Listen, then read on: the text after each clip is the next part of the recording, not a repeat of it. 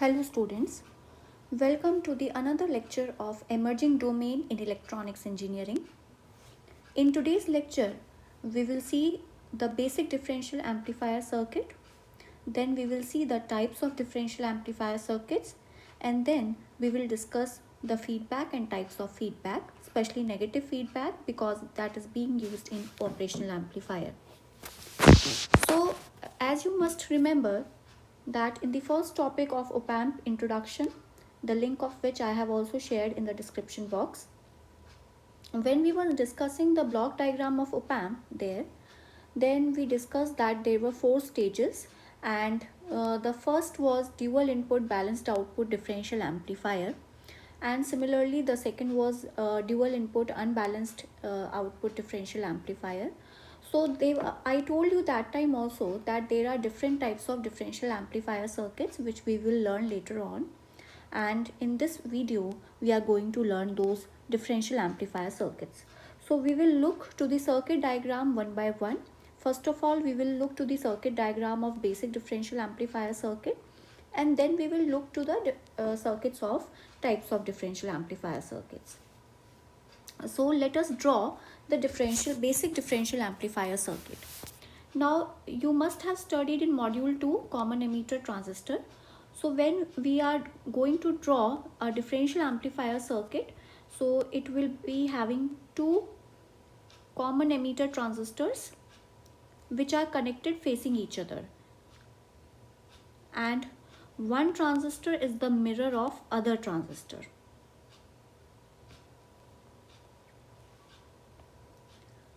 So like this is common emitter. In both the emitters we have a common resistance, that is Re. Of course, in emitter we will be having emitter resistor, in collector side we will be having collector resistor, and here we will be giving the input. So Vi1, Vi2, and the outputs will be taken from the collector side. So this is V01, V02, and this is plus VCC. So this is the circuit of a basic differential amplifier circuit. You must remember that both the transistors that are used in differential amplifier circuit must be perfectly matched. That means they must be perfectly the same, and one transistor is the mirror of the other. So this is how we make a basic differential amplifier circuit. Just have a look carefully. Just carefully observe the diagram. What we have done, we have drawn two common emitter transistors which are standing facing each other. One transistor is the mirror of the other. Both the transistors must be perfectly matched. That means RC is same for both the transistors. RE is common, and sorry, I have forgotten to put here minus VEE. So here we are having at bottom the negative supply, and at the top we are having plus VCC. So this is the basic differential amplifier circuit. Now let us look what are the different types of differential amplifier circuits. Let us see types of differential amplifier circuits.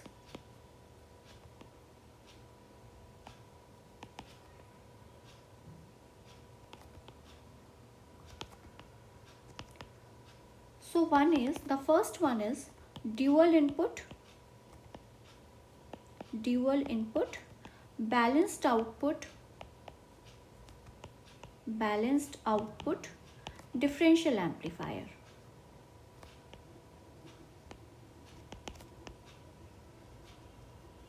First one is dual input, balanced output differential amplifier. Other is dual input, you must have also guessed it, unbalanced output,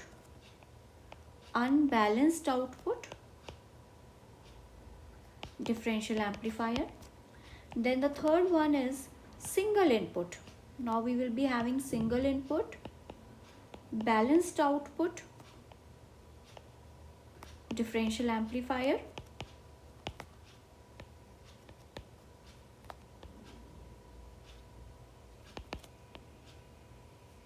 And the last one is, that is the fourth one, single input, unbalanced output,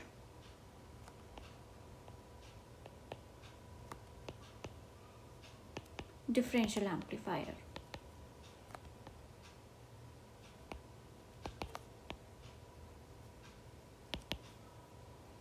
So we have these 4 types of differential amplifier circuits. Now let us draw one by one. So first I am going to draw dual input balanced output differential amplifier.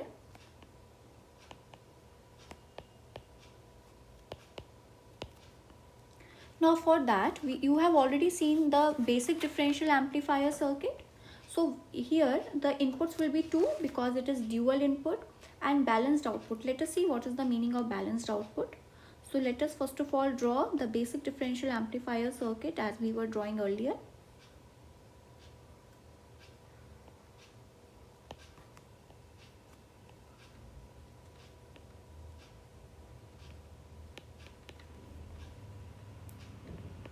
This is how we were drawing. This was plus VCC, RC, RC, the 2 inputs, dual because it is dual, so the 2 inputs will be as it is, and balanced output. So balanced output means the output will be taken between the 2 terminals. The output will be taken between the 2 terminals, that is the balanced output. So this is dual input balanced output. Dual means 2 inputs that we have placed like this, and balanced output means that output will be taken between the 2 terminals, as we have seen here, the collector terminals, between the collector terminals of both the transistors. So this is dual input balanced output. Now let us see what is dual input unbalanced output.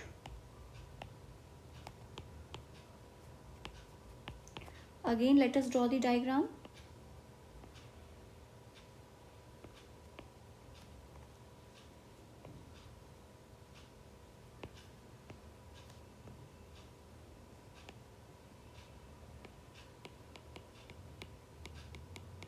Minus VE plus VCC and RC here, again RC here, dual input, then the inputs will remain as it is. Now unbalanced output means the output will be taken between one of the collectors and ground.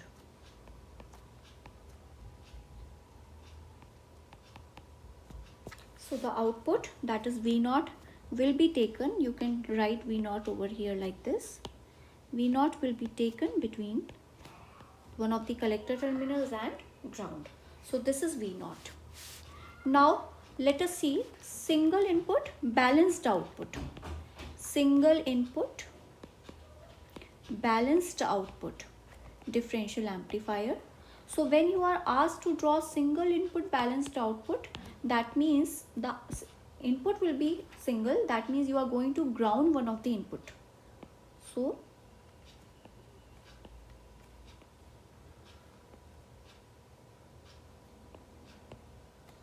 like this.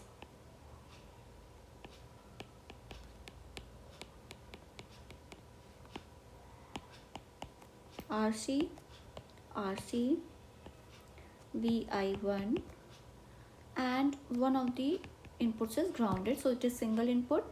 Balanced output means the output will be taken between the collector terminals. So this is balanced output. I hope now you all must have understood. Now single input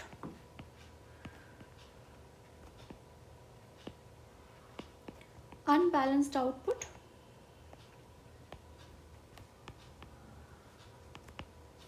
Let us draw the circuit.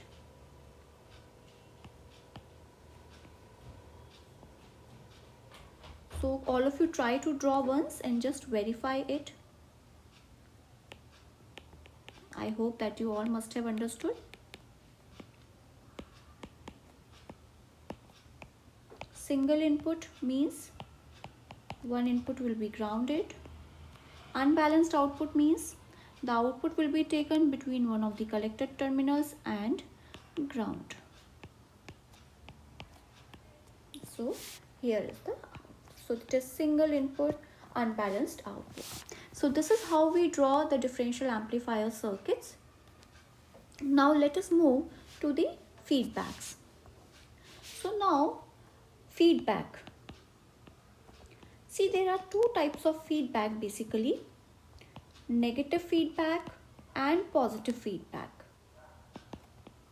Negative feedback and positive feedback. Feedback, as the name is itself implying, that you are going to feed a signal back. That means here the output signal is fed back to the input side. So let us see what is negative feedback. You will get an idea from here only. Negative feedback. I'll draw a negative feedback. See, we were learning the circuit symbol of op-amp like this.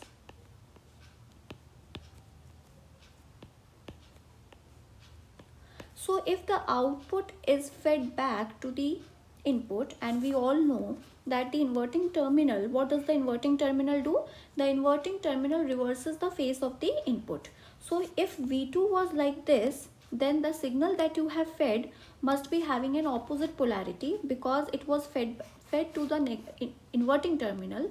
So at the output you must have got a signal which was having opposite polarity. So the signal which is feedback to the input and the original input are 180 degree out of phase. So then it is called negative feedback. Okay. So if the signal feedback to the input, if the signal feedback to the input and original input are 180 degree out of phase, then it is negative feedback. And where is it used? Negative feedback is mostly used in application of negative feedback. Wherever you will study amplifiers, you will see negative feedbacks over there. So negative feedback has certain advantages, and therefore it is used in amplifiers. It is mainly used in amplifiers. So as we have seen that operational amplifier, as the name is itself implying, it is an amplifier. So negative feedback will have certainly some advantages in operational amplifier. So let us simultaneously see what are the advantages of negative feedback. The first and the foremost advantage is that it stabilizes the gain. It stabilizes the gain. It reduces distortion also. It increases the bandwidth also. It reduces the effect of variations in temperature also. It will always reduce the effect of variations in temperature. That means if temperature varies, then the effect of that variation is reduced by using negative feedback. Okay, so these are the advantages of negative feedback. On the other hand, if we study what is positive feedback, then easily you can guess the definition from the negative feedback definition itself, that if the signal that is feedback to the input and the original input are in phase with each other, then it is called negative feedback. That is, if the feedback signal and input signal, original input, are in phase, then it is called positive feedback. And the applications of positive feedback are oscillators, Schmitt trigger,